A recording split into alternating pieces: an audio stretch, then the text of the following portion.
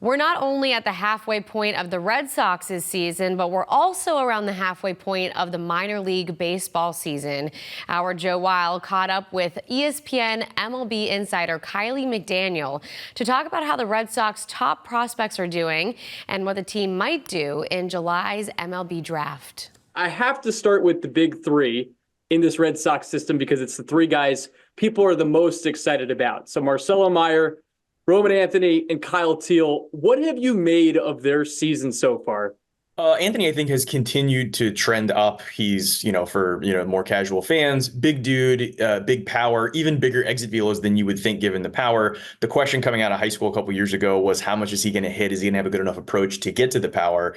And immediately he had plus pitch selection among some of the best in the minor leagues. So he was getting to that power. And also there was the question of, is he right field or sort of a tweener that plays center field? He's passable in center field, might be good enough, but I think for most teams he plays right. So he's continued to trend up, and I have him somewhere in the top 20, 25 prospects in baseball.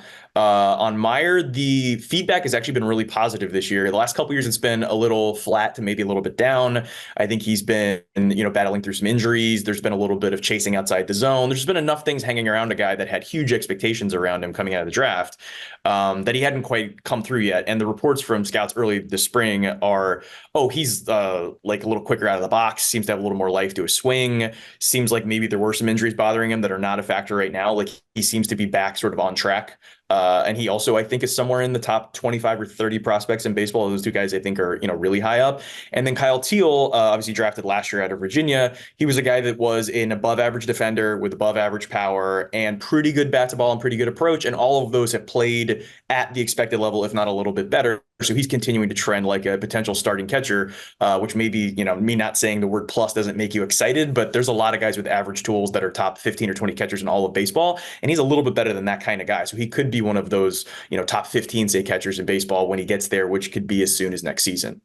Is there anything that any of these guys have shown so far that makes you think that they won't be productive big league players? Not really. With Anthony, I think it's a matter of how much impact will there be. Is he a Josh Reddick type, or is he a potential all-star type? That seems like kind of the spread of expectations there, given that he's still young for the level and in the upper minors, showing the tools and performing. He's kind of checking all the boxes. We realize it's a 1 in 3 chance that guys where he's ranked just are nothing. But looking at him, you don't really see the potential to be nothing. That just happens every now and then, sort of in an unforeseen way. With Mayer, I would have said the physical tools haven't progressed as much, and some of, like I said, the chase rate out of the zone was undermining some of the natural skills. That now doesn't look like as much of an issue. And so I think he also has that question of, is it a low end everyday guy or a potential all-star? Both are still on the table now, and the all-star now seems a little more likely than it was coming into this year. And with Teel, it's just the rigors of being a catcher. We've seen guys, not to, throw the whammy on him, but there's guys that will get into a collision or lose a step of athleticism or have a concussion or something, and weird stuff happens. And so predicting where a catcher is going to end up 2 years from now, even amongst current big leaguers, is pretty difficult. So there are, in the same way that a pitcher can get hurt and weird things happen, catcher is the demographic of position players where weird stuff happens and it's hard to predict. But he's been, since his junior year in high school, he's been a guy that looks like he will be a high pick and a potential big leaguer. And he's continued to trend on that path, which makes you feel better than a guy that maybe is sort of new on the scene. This guy was not a late riser. He's been a guy with bat speed that can catch, that can hit for a really long time. So even he feels like an almost sure big leaguer. It's just a matter of, is he maybe that Alex Avila platoon guy that's useful and good to have, or is he a good starter? I think that's sort of his range of possibilities. I want to hit on the system at large because before the year started, you had them ranked 13th among all 30 major league teams. I'm curious, based on what you've seen from the farm system so far this year, has that changed in your mind? Are they now a top 10 organization in terms of farm system talent, or is it right around the same point you thought it was prior to the season? So the way I do my farm rankings is an actual objective. Every player gets a dollar value assigned to what kind of prospect they are, and then you add up all the numbers. And so I went through and updated a couple things on some of the other teams and the range that they're in the middle of the top 30, and they are currently sitting at 14th, but it's an almost coin flip from 9 through 14. They're at the back of that range. So you could argue they are a top 10 org. It's funny you mentioned that because I also, on this spreadsheet I'm looking at, I have where they ranked on opening day the last 3 years, and it's 13, 14, and 15, and they're currently sitting at 14. So it's been very consistent.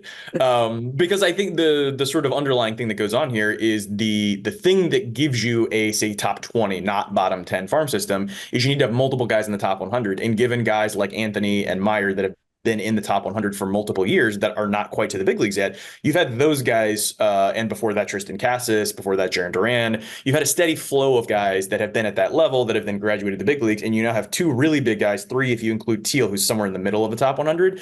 Those guys are underpinning most of it. If all three of them graduated tomorrow, and maybe you don't add another top 100 guy in the draft, they then drop down to 20th or 25th because those guys are the majority of the ranking. So they're going to continue to be in that area. And for those three players to like drastically beat their expectations, it'll be after they graduate. And so they're probably not going to break into that top 5, 6, 7, but they could be in that 8 to 10 area if sort of things fall their way down the stretch, both in terms of winning some coin flips in my own rankings and also like some guys finishing well, maybe guys that are on the verge of graduating, not graduating. All right, I want to get into the coin flips because that's an interesting phrase because you see that a lot with organizations and farm systems. Guys they don't necessarily expect to become impact big league guys turn out to be that way. We're in a way seeing that with Jarren Duran this year with the Red Sox. I think they thought he'd be good, but he's been all-star close to MVP level this year. Who are some guys in the Red Sox system that could be that coin flip type player as of now that turns into a productive guy in the major leagues? They get tied together a lot, Nick York and Blaze Jordan, were the first two picks in the 2020 draft. To me, they both look like what scouts would call a Role 5, a low-end starter, and they're both in the upper minors, have been sort of hyped for a long time, and don't really have like that standout, that like plus or plus ability to be an all-star. But if you look at some of the other guys that are ranked in the same range on the Red Sox prospect list, you end up with some of the guys in the lower minors, the Miguel Bleis, Nazan Zanatello, Luis Perales, Kristian Campbell. Some of these guys are in A-ball, and it's not really clear what when I talk about, those three players at the top of the prospect list, you kind of have a tight idea of what they could be. It goes from sort of pretty good player to really good player. And the difference between those things is like this guy hits 270, this guy hits 290, or this guy walks 5% versus walking 10%. Like to a fan, it seems like not that much of a difference. But when you add together two or three of those things, it makes a big difference. In A-ball, you can't get a tight idea of the probabilities or the outcomes that a player could actually have. And so these guys that are performing well and have tools, but haven't played enough to sort of figure out what's going on with them or where it's going, I would say Cespedes and Campbell would be the two guys to keep their eye on. I would have said Perales, but now that he's had the elbow surgery, we'll see if he can come back and be that same guy, because he looked like he was on the verge of a breakout of being maybe the best pitcher in the system that could be on the fast track to the big leagues. And then now we'll see, usually 11 months after surgery, can he come back and be that same kind of guy and pick up where he left off? Yeah, you hit on Kristian Campbell. His teammates in Portland right now are calling him Barry Bonds because of the numbers that he's putting up. What did you like about him? This is a 4th-round pick out of Georgia Tech last year that didn't hit for a lot of power, and now we're starting to see that this year. Yeah, being based in Atlanta, I saw him a lot in high school, kind of ran hot and cold. He was also older than all of his peers, which is, for fans of the draft, it's like a really big thing when you're trying to judge two 18-year-olds next to each other. It's hard enough trying to project what they'll be at 25. If one of them's 19 and one of them's 18, the 19-year-old kind of loses all those coin flips, and you're trying to guess what's going to happen because he has the advantage of being older. So he was sophomore eligible out of Georgia Tech. And like I talked to teams that thought he was a 3rd-round pick and thought he should go in the 3rd. Obviously, he ends up going in the 4th. I talked to teams that didn't turn him in, which means like they didn't want him because his swing was so funny and he wasn't really a shortstop. And while he does run well, I think some teams thought he might be a 70, a plus runner. Other teams thought he was a below average runner because there'd been some injuries. Maybe he doesn't hustle out of the box every time. It's just like enough questions that some teams just like took the lower end on all of those questions, while other teams, the Red Sox being included, kind of took the high on each of those. I was probably somewhere in the middle. I think I had him more of like that 4th-round area where he ended up going.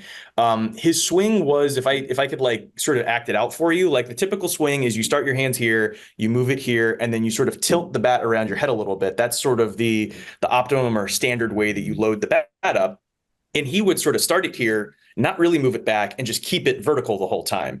And so while he would show you good exit velos, which shows his natural strength to not do that typical loading process to create the bat speed, to create the power, you're like, there's something here. And he made an incredible amount of contact, but scouts look at that and say, nobody in the big league swings like that, so we don't want that guy, or we don't know what to do with that guy. Whereas other teams, the Red Sox being one of them, look at that and say, there's a lot of really good components here. Imagine if we could make those even better. And so now he has adjusted his hands a little bit. There's a little more of this, but he hasn't quite gotten there. His finish is still a little bit funny. It's one of those things that you can get by with in A-ball. I think think it might need a little more work as he goes up the chain into the upper minors, where you're seeing sort of big league quality pitching. But the fact that he can run and can play the infield and is hitting for power, even more power than I would have guessed he was capable of in pro ball already, this is now trending in a direction where there's a guy with some outlier abilities that's figuring out how to finish off the rest of his game. Chase Madroth being another one, has incredible bat to ball and is sort of slowly figuring out ways to round out the rest of his game so that he's not just a bench guy or a pinch hitter or an extra player, that he can turn that into maybe being a low and regular. And those are the kinds of guys that if you can pick in the 4th, 5th, 6th round and get a useful big leaguer at the league minimum that would otherwise cost $8 or $10 million in free agency, that's how you take a farm system from that picks in the middle of the round, that is ranked in the middle of the pack in terms of farm system rankings, to a really good big league team and a top 10 system. You have to be getting 1 or 2 of those guys every draft, every year, every couple trades. And the Red Sox are showing some of the signs of being able to do that. What strides have you seen the Red Sox make on the pitching front now that Craig Breslow's at the helm of this organization? I think we've mostly seen it at the big league level, where he was able to, that roster turns over enough that you can bring in, quote, your guys, or guys that have the abilities you want to target and guys that you think you can work with. Whereas at the minor league system, like, you can't really, you have 5, 6 teams worth of 15 pitchers. You have almost 100 guys that you didn't pick. I will be very interested to see what kind of guys they target in the draft this year. I don't think there's really a lot of pitchers in the mix for their first pick at 12 this year. So there's not a lot of buzz about who they're targeting, because they're not being tied to certain guys and then not tied to other guys in the first round. I think they're mostly looking at position players, and probably college position players. That's kind of what the board's giving them. So I would be really interested to see what kind of players they pick, because there are certainly some teams, I would say the Yankees are very good at sort of the generic college pitcher in the 5th to 8th round that's really good at 1 or 2 things, or has an untapped potential that they're able to identify. Cleveland obviously has been very good at that as well. I think Breslow is in that manner of thinking. So I have a feeling that they will probably find a few guys that are better. Within a year, you'll say, oh, that's a great value of a guy they found and turned into something. If he takes a similar approach to the draft this year, where he gets to choose out of the universe of all pitchers, who does he want? I think in a couple of years, it'll be clear what that type is and if he finds success with it. But I think the draft will be like the first sort of big clue toward how he sees his sort of ideal sort of pitcher in the universe of a lot of different kinds of pitchers being available. Oh, we'll end on this one, Kiley. In your last mock draft, you had the Sox taking Tennessee second baseman Christian Moore at number 12. So it wasn't a pitcher, even though this team hasn't taken a pitcher in the first round since 2017 when they took Tanner Houck. What is it about the draft in the pitching depth at the top that makes you think they're going to go the position player route? So there's 2 pitchers at the top of the draft that are like potential frontline pitchers. Obviously, with pitchers, you never know, but they show the signs of being that. It'd be Hagen Smith, a lefty out of Arkansas, and Chase Burns, a righty out of Wake Forest.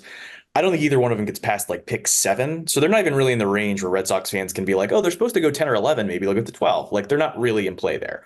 And then the next best pitcher is Trey Savage out of East Carolina. A little more of a throw strikes, is above average at a lot of things, but not necessarily plus at anything. And he looks like he'll go picks 8 to 15 or so. So he's in their range, but that's really the only pitcher that's in that range, high school or college. So they certainly could be considering him, and I think he's probably in their thinking. That's the range, and I think probably some of the traits they look for. But almost every other player they're considering is going to be a position player, and based on the sort of strength of this draft, mostly college position players. I think an interesting thing, something that's come up in some of my previous mocks, is there is basically a very clear top tier of 10 players to most teams in the draft this year. And so the Red Sox picking at 12, I think, like, sort of what I'm hearing is they're looking to see if one of those 10 players happens to fall out of the top 12, either because teams picking at 9 and 10 maybe don't see that as a clear group of 10. And so one guy slides through just on merit. Maybe somebody has bonus demands once they get to that point of the draft that maybe the Red Sox are more interested in than the teams picking 9th and 10th.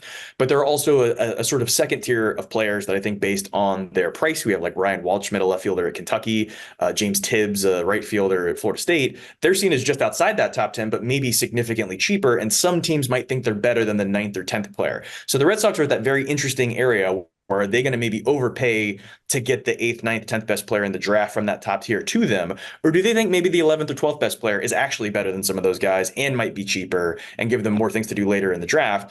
And there's a couple high school guys mixed in there, but it's probably a college position player just sort of playing the odds of what they're looking to do. Christian Moore is the one whose name has sort of come up the most and who has, I think, rise from the comp round or second round to like probably picks 8 to 15 based on how strong he's finished the season and how good he's been this year. So he's sort of the hot name there, but there's a group of 4 or 5 guys that I think have like a real possibility of being the pick. And we'll find out on July 14th. That's the first day of the Major League Draft. And Kiley, look forward to continuing to follow your coverage. Thanks for joining us on the road. I know you're in Durham, North Carolina, getting a chance to see some of the best prospects in the sport. And thanks for doing it from your hotel. We really appreciate it. Thanks for all the insight.